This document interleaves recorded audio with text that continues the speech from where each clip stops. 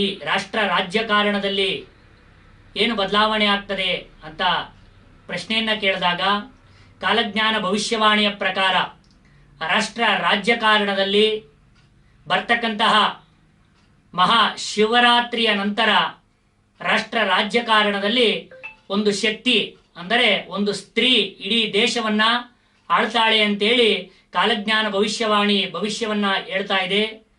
ಯಾವ ರೀತಿ ಅಂದ್ರೆ ಈ ಹಿಂದೆ 35 ವರ್ಷಗಳ ಹಿಂದಿನ ದಿನಮಾನಗಳಲ್ಲಿ ಒಂದು ಸ್ತ್ರೀ ಈ ದೇಶವನ್ನ ಆಳಿರ್ತಾಳೆ. ಅದೇ ರೀತಿ ಮತ್ತೂ ಕೂಡ ಈ ಮಹಾ ಶಿವರಾತ್ರಿಯ ನಂತರ ರಾಷ್ಟ್ರ ರಾಜಕಾರಣದಲ್ಲಿ ದೊಡ್ಡ ಬದಲಾವಣೆ ಆಗ್ತದೆ. ಈ ದೇಶವನ್ನ ಒಂದು ಶಕ್ತಿ ಅಂದರೆ ಒಂದು ಹೆಣ್ಣು ಅಥವಾ ಸ್ತ್ರೀ ಅಂತ ಏನ್ ಕರಿತೀರಾ ಆ ಸ್ತ್ರೀ ಈ ದೇಶವನ್ನ ಮಹಾಶಿವರಾತ್ರಿಯ ನಂತರ ಆಳ್ವಿಕೆಯನ್ನ ಮಾಡ್ತಾಳೆ ಅಂತೇಳಿ ಈ ಕಾಲಜ್ಞಾನ ಭವಿಷ್ಯವಾಣಿ ಹೇಳ್ತಾ ಇದೆ.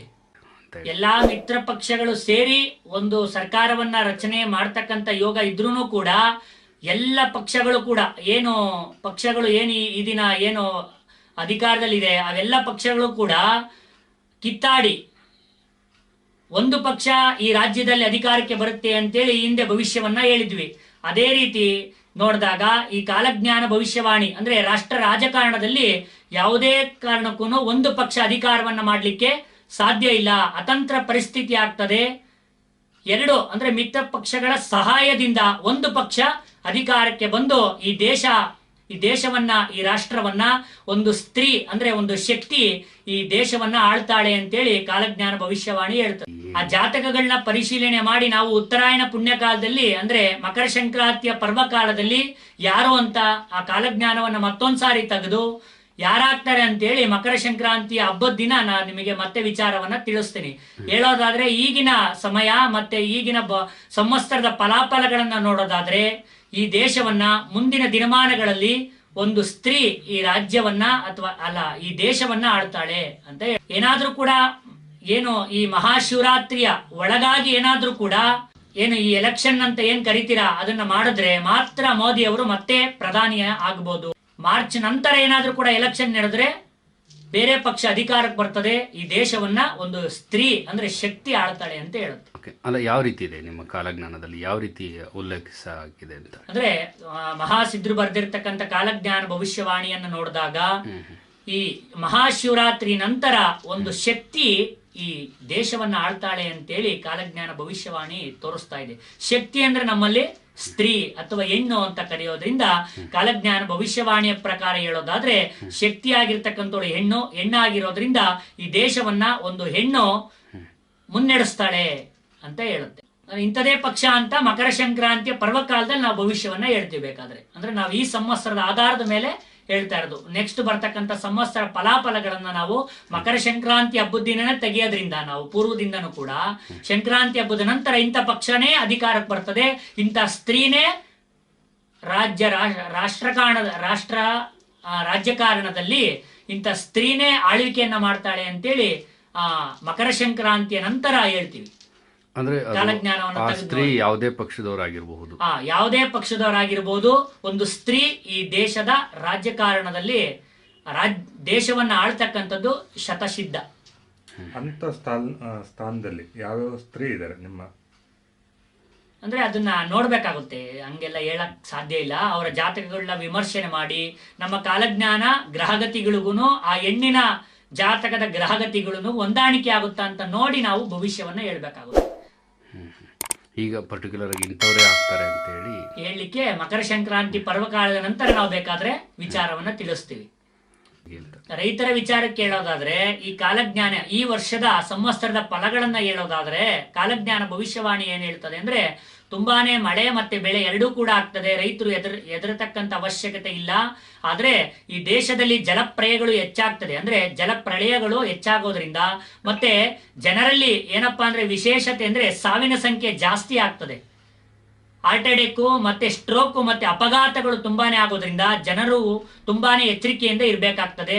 ದೇಶದಲ್ಲಿ ಜಲಪ್ರಳಯಗಳು ತುಂಬಾನೇ ನಡೀತಕ್ಕಂಥದ್ದು ತುಂಬಾನೇ ಇರುತ್ತೆ. ಶ್ರೀ ಗುರುಭ್ಯೋ ನಮಃ. ಹರಃ ಓಂ. ಇದು ಭಗವತಿ ನುಡಿದಂತಹ ಭವಿಷ್ಯ. ದೇಶ ಮತ್ತು ರಾಜ್ಯ ರಾಜಕಾರಣದಲ್ಲಿ ವಿಶೇಷವಾಗಿ ರಾಜಕಾರಣಿಗಳಿಗೆ ರಾಜದಂಡನೆ ಯೋಗ ಮತ್ತು ಜೈಲು ವಾಸದ ಯೋಗ ದಿನಗಳು ಪ್ರಾರಂಭವಾಗ್ತಾ ಇದೆ. ಯಾಕೆ ಈ ರಾಜದಂಡನೆ ಯೋಗ ರಾಜಕಾರಣಿಗಳಿಗೆ ಪ್ರಾಪ್ತಿಯಾಗುತ್ತೆ ಅಂತ ಹೇಳೋದಾದರೆ, ಈ ಬರ್ತಕ್ಕಂತಹ ಏನು ಮಹಾಲಯ ಅಮಾವಾಸ್ಯೆಯ ದಿನ ವಿಶೇಷವಾಗಿ ಒಂದು ಸೂರ್ಯಗ್ರಹಣ ಇದೆ. ಸೂರ್ಯ ಅಂದರೆ ನಾವು ಸರ್ಕಾರಕ್ಕೆ ಅಧಿಪತಿ ಅಂತ ಹೇಳಿ ಕರಿತೀವಿ. ಹಾಗಾಗಿ ಸೂರ್ಯ ಬಂದು ಸರ್ಕಾರಕ್ಕೆ ಅಧಿಪತಿ ಆಗಿರೋದ್ರಿಂದ ಸರ್ಕಾರದ ಕೆಲಸವನ್ನು ಮಾಡ್ತಿರ್ತಕ್ಕಂಥವ್ರಿಗೆ ಮತ್ತು ವಿಶೇಷವಾಗಿ ರಾಜಕಾರಣಿಗಳಿಗೆ ಇದು ಕಂಟಕವಾಗ್ತಕ್ಕಂತಹ ಯೋಗಗಳು ಇರೋದ್ರಿಂದ ರಾಜಕಾರಣಿಗಳಿಗೆ ಮತ್ತು ಸರ್ಕಾರದ ಕೆಲಸದಲ್ಲಿರ್ತಕ್ಕಂತಹ ಎಲ್ಲ ಸಾಮಾನ್ಯ ವ್ಯಕ್ತಿಯಿಂದ ಹಿಡಿದು ದೊಡ್ಡ ವ್ಯಕ್ತಿಯ ತನಕನೂ ಕೂಡ ಎಲ್ಲ ರಾಜಕಾರಣಿಗಳಿಗೆ ಮತ್ತು ರಾಜಕೀಯ ಕೆಲಸ ಕಾರ್ಯವನ್ನು ಮಾಡ್ತಕ್ಕಂಥವ್ರಿಗೆ, ಸರ್ಕಾರದ ಕೆಲಸ ಕಾರ್ಯವನ್ನು ಮಾಡ್ತಕ್ಕಂಥವ್ರಿಗೆ ಒಂದು ದೊಡ್ಡ ಕಂಟಕಗಳು ಈ ಸೂರ್ಯಗ್ರಹಣದ ನಂತರ ನಡೀತದೆ ಅಂಥೇಳಿ ಕಾಲಜ್ಞಾನ ಭವಿಷ್ಯವಾಣಿ ಹೇಳ್ತಾ ಇದೆ. ನಾನು ಹೇಳಿದಾಗೆ ಯಾವುದೇ ಒಂದು ಗ್ರಹಣದ ಪ್ರಭಾವ, ಗ್ರಹಣದ ಮೊದಲ 3 ತಿಂಗಳು, ಗ್ರಹಣದ ನಂತರ 3 ತಿಂಗಳು ಇದರ ಪ್ರಭಾವ ಇರ್ತದೆ. ಅದಕ್ಕೆ ಒಂದು ಯಾಕೆ ರಾಜಕಾರಣಿಗಳೇ ಮೂಲ ತೊಂದರೆ ಆಗುತ್ತೆ ಅಂತ ಹೇಳ್ತಾ ಇದ್ದೀವಿ ಅಂದರೆ, ವಿಶೇಷವಾಗಿ ಬರೀ ತೊಂದರೆನೇ ಅಲ್ಲ, ತೊಂದರೆ ಜೊತೆಗೆ ರಾಜಕಾರಣಿಗಳಿಗೆ ಕೆಲವರಿಗೆ ಯೋಗನೂ ಕೂಡ ಪ್ರಾಪ್ತಿ ಆಗ್ತದೆ. ಅದು ಯಾವ ರಾಶಿಯವರಿಗೆ ಅಂತ ಹೇಳೋದಾದರೆ, ವಿಶೇಷವಾಗಿ ರಾಜಕಾರಣಿಗಳೇ ಆಗಿರಬಹುದು ಅಥವಾ ಸರ್ಕಾರದ ಕೆಲಸದಲ್ಲಿರತಕ್ಕಂತಹ ಪ್ರತಿಯೊಬ್ಬ ಮಾನವರಿಗೂ ಕೂಡ ಈ ಯೋಗ ಪ್ರಾಪ್ತಿ ಆಗ್ತದೆ. ಮತ್ತೆ ಯಾರಿಗೆ ದೋಷ ಅಂತ ಹೇಳ್ತೀನಿ ಅವರಿಗೆ ದೋಷನೂ ಕೂಡ ಆಗ್ತದೆ. ಯಾರಿಗೆ ಈ ಯೋಗ ಪ್ರಾಪ್ತಿ ಆಗುತ್ತೆ ಅಂತ ಹೇಳಿ ನೋಡಿದಾಗ 4 ರಾಶಿಗಳು ಯಾವುದಪ್ಪ ಅಂತಂದರೆ, ಮೇಷ ಮತ್ತೆ ಕಟಕ ಅಥವಾ ಕರ್ಕಾಟಕ ಅಂತ ಏನು ಕರಿತೀವಿ, ಮತ್ತೆ ವೃಶ್ಚಿಕ ಮತ್ತೆ ಮಕರ ರಾಶಿಯ ಜಾತಿ ಸಂಜಾತರಿಗೆ ಅಂದರೆ ಈ ನಕ್ಷತ್ರ ಮತ್ತೆ ರಾಶಿಯಲ್ಲಿ ಹುಟ್ಟಿರ್ತಕ್ಕಂತಹ ಜಾತಕರಿಗೆ ಯೋಗ ಅಂತಕ್ಕಂಥದ್ದು ಪ್ರಾಪ್ತಿ ಆಗ್ತದೆ. ಅಂದರೆ ಯೋಗಗಳು ಪ್ರಾರಂಭ ಆಗುತ್ತೆ ಸೂರ್ಯಗ್ರಹಣದ ನಂತರ. ಮತ್ತೆ ವಿಶೇಷವಾಗಿ ಇನ್ನುಳಿದ 6 ರಾಶಿಗಳಿಗೆ ತುಂಬ ತೊಂದರೆಗಳಿರ್ತದೆ. ಅದರಲ್ಲಿ ವಿಶೇಷವಾಗಿ ನಾವು ಹೇಳೋದಾದರೆ, ವೃಷಭ ರಾಶಿ ಇಲ್ಲಿ ಯಾರು ಹುಟ್ಟಿರ್ತಾರೆ, ವೃಷಭ ನಕ್ಷತ್ರ ವೃಷಭ ರಾಶಿಯಲ್ಲಿ ಹುಟ್ಟಿರ್ತಕ್ಕಂತಹ ಜಾತಕರಿಗೆ, ಮತ್ತೆ ಅದರಲ್ಲೂ ಕೂಡ ವಿಶೇಷವಾಗಿ ಅವ್ರದ್ದು ಕೃತಿಕ